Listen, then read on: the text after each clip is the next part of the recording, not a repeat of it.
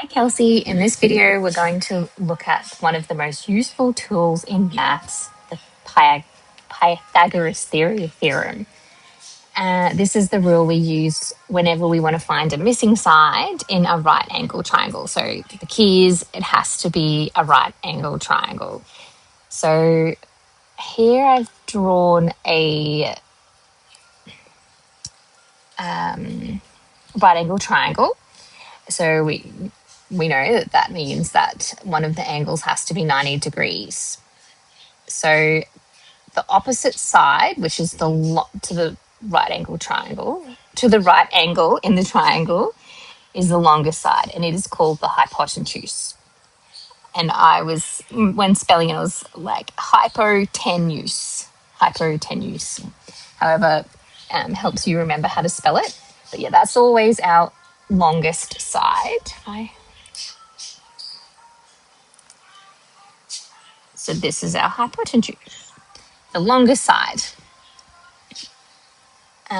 So the rule is, so if we were to call that one A and this side is B, and we'll say C, A, B, C. So the rule for Pythagoras theory is, actually let's use a different color.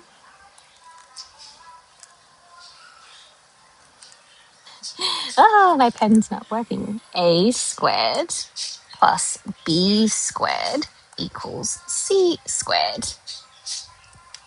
So Pythagoras discovered something interesting about these triangles. And if we square the two shorter sides, so this is our short side A and B. So if we square those two sides and add them together, it equals the square of the longest side. So A and B are our shorter sides. And the reason that this works is because it comes from the areas of squares that are built around the triangle. So if we drew a square on each side of the triangle, so the area of the two small squares, let's move it over. Yeah, beautiful square. So they equal, it's going to go into that plus that equals this space here.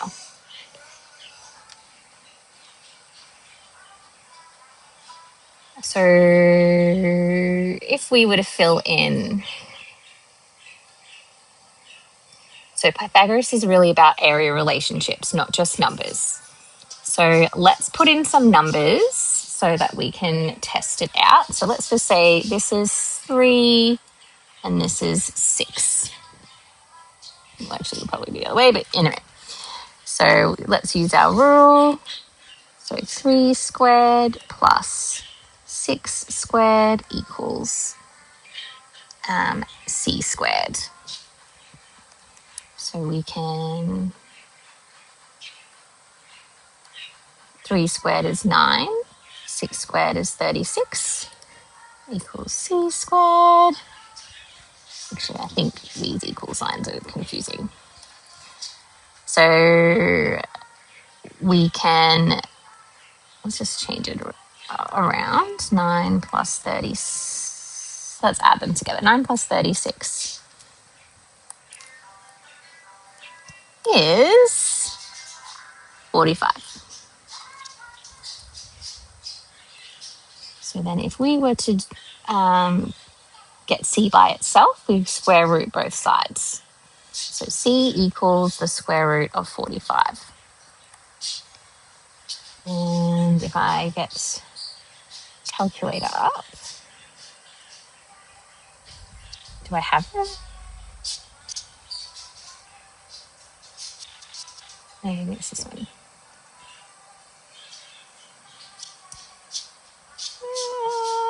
There's a lovely square root.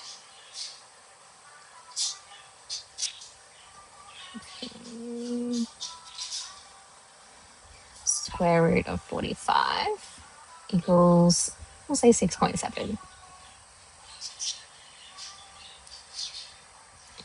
So C equals 6.7.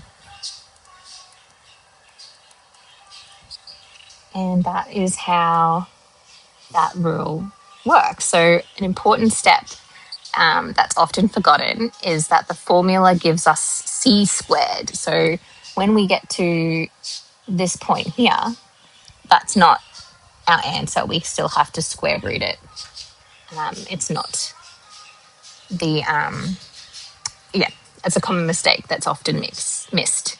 So where this might appear in your exam, when you're working with pyramids, maybe even cones, is when you need to find the slant height before you can calculate the surface area. So if you had like a pyramid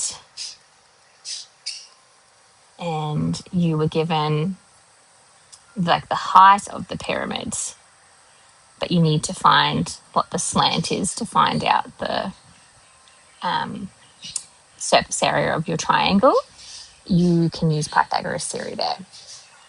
And I've got a cute little diagram there as well on what it is. You can also then find, say you had another triangle and you had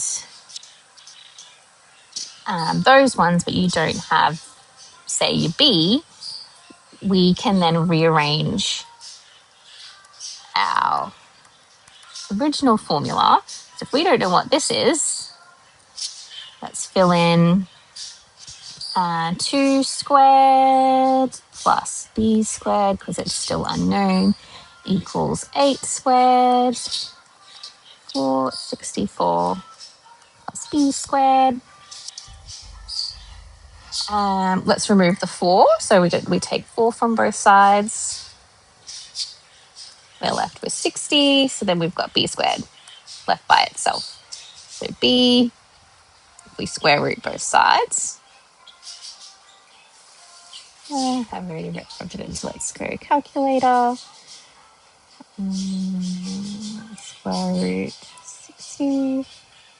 Let's go 7.7. We'll just round to 2 numbers. Oh, to 1 number, I guess. 7.7. So we can rearrange that. See how we've taken away C squared, take away A squared. So